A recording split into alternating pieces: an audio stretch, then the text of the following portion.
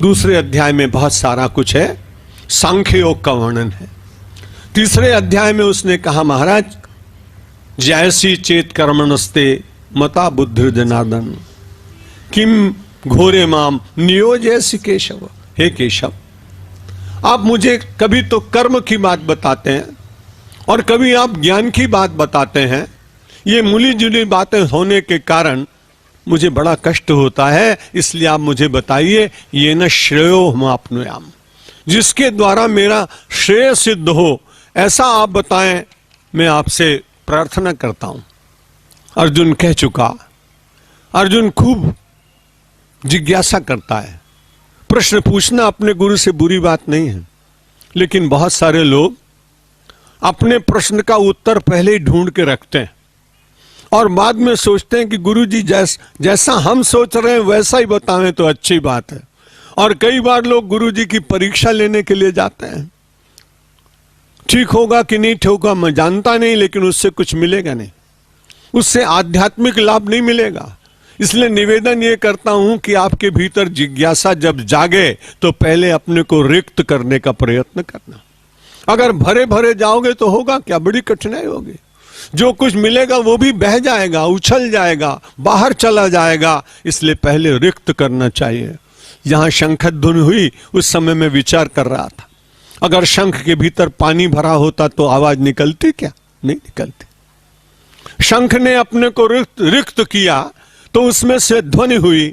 और श्री कृष्ण जिसको बहुत स्नेह करते हैं, सोते समय भी अपने हाथ में रखते हैं, वो मुरली, वो बांसुरी भगवान को बड़ी प्रिय लगी। किसी ने पूछा, इतना स्नेह तो तुम अपनी सखियों को भी नहीं करते, अपनी सत्यभामा को भी नहीं करते, अपनी रुक्मिणी को भी नहीं करते, जहां चले वहां तुरंत हाथ में ले लेते हैं। भगवान ने कहा, ये जितने मेरे संबंधी हैं बड़े अच्छे हैं, मैं उनका सम्मान करता हूं, सब अच्छे हैं। बांसुरी को मैं इसलिए बहुत अच्छा मानता हूं, इसने जितनी तपस्या की कोई कर नहीं सकता। पहले अपने वंश में से अलग हुई, वृक्ष से काटी गई, फिर वो नापी गई, नापने के बाद में और फिर ले जाकर लोहार के यहां अग्नि में उसमें डालकर और उसमें छिद्र करने का प्रयत्न किया गया। एक बार भी रोई नहीं, एक बार भी चिल्लाई नहीं, एक बार भी व्यथा का वर्णन नहीं किया, क्योंकि प्रतीक्षा कर रही है, यदि इतनी तपश्चर्या नहीं करूंगी तो श्री कृष्ण के शब्द मेरे भीतर से नहीं निकलेंगे। और इस सारी तपश्चर्या के बीच में छिद्र हो गए, कुछ बचा नहीं। गरम लोहे की शलाका से उसके भीतर था, उसको सब निकाल दिया गया। श्री कृष्ण भगवान ने कहा, मैं वंशी को इसलिए प्रेम करता हूं कि उसका अपना कुछ शेष ही नहीं रहा, और उसका अपना कुछ शेष न रहने के कारण अब भगवान जो कुछ बोलते हैं वही सब सुनाई पड़ता है।